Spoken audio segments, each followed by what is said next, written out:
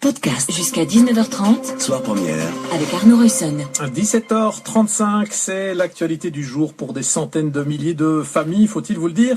Retour à l'école après 2 mois de vacances avec une nouvelle ministre d'ailleurs en fédération Wallonie-Bruxelles, Joëlle Milquet, qui d'ailleurs ce matin traçait les grandes lignes de sa politique au micro de Bertrand Haine. On doit absolument, dans toute la réforme que nous allons mener avec l'ensemble des acteurs, en faisant confiance aux acteurs et en les écoutant et en travaillant avec eux, nous assurer que nous puissions offrir à chacun de nos enfants et de nos jeunes, sur base de leur spécificité, parce que les profils sont différents, le meilleur enseignement d'excellence, de qualité, qui soit le plus adapté et à lui, mais aussi aux nouveaux besoins du XXIe siècle, d'une société qui change radicalement à l'égard d'une école qui parfois est encore dans le XXe siècle. Joëlle Milquet, c'était ce matin dans Matin Première, et on va justement faire réagir un des acteurs de l'enseignement. On parle de remettre les profs au centre du jeu.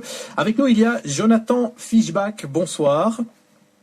Oui, bonsoir. Vous êtes le président de la plateforme d'échange pédagogique enseignons.be. 75 000 profs inscrits sur votre site internet.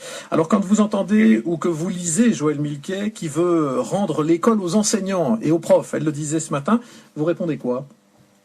Alors je suis évidemment très très heureux de l'entendre et de le lire ce matin dans la presse écrite. Rendre l'école aux enseignants, ça me semble l'évidence. Maintenant, en même temps, c'est un petit peu triste pour les prédécesseurs de Madame Milquet, puisqu'il faut se rappeler quand même que Madame Simonet Schins était également ministre CDH.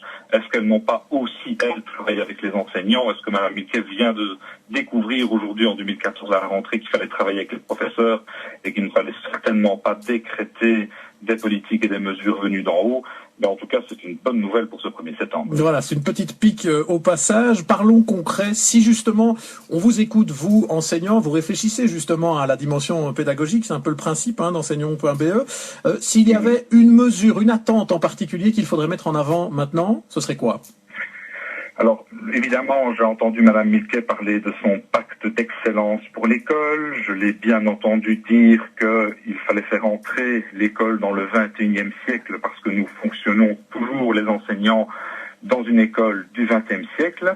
Elle a parlé des outils numériques, elle a parlé de décloisonner les réseaux. Maintenant, évidemment, on va valoriser les enseignants, on va leur redonner confiance, mais ça ne viendra pas sans moyens. Et nous, sur enseignons.be, nous n'avons toujours rien entendu en ce qui concernait les investissements.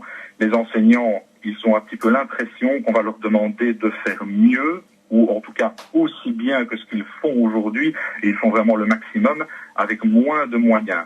Alors, une des attentes, c'est évidemment l'accueil des jeunes enseignants, essayer de stabiliser les équipes pédagogiques, essayer de garder les professeurs dans les classes, les jeunes enseignants. Il y a une terrible hémorragie à ce niveau-là. 35% des jeunes enseignants ne vont pas au bout de leur 5e année. Dans n'importe quelle autre profession, on crierait au massacre. Je pense qu'il faut aussi vraiment se dire il faut des enseignants pour faire face au boom démographique. 750 nouveaux profs dans le fondamental, on ne sait pas quand ils arriveront, c'est plutôt positif, mais quand on sait qu'il y a 2400 écoles primaires, c'est vraiment des clopinettes. Il faut aussi toucher à la taille des classes. On ne peut pas continuer à faire un travail de qualité, on ne peut pas continuer à travailler avec chaque enfant et faire de l'excellence avec chaque enfant lorsqu'on a des classes de 25, 30 élèves au fondamental et au secondaire pour les cours de maths et de langue. Eh bien voilà pour votre message d'enseignant ce soir à la nouvelle ministre de l'enseignement obligatoire, Joëlle Milquet. Merci beaucoup Jonathan Fischbach, président, je le rappelle donc, de la plateforme enseignons.be. Podcast.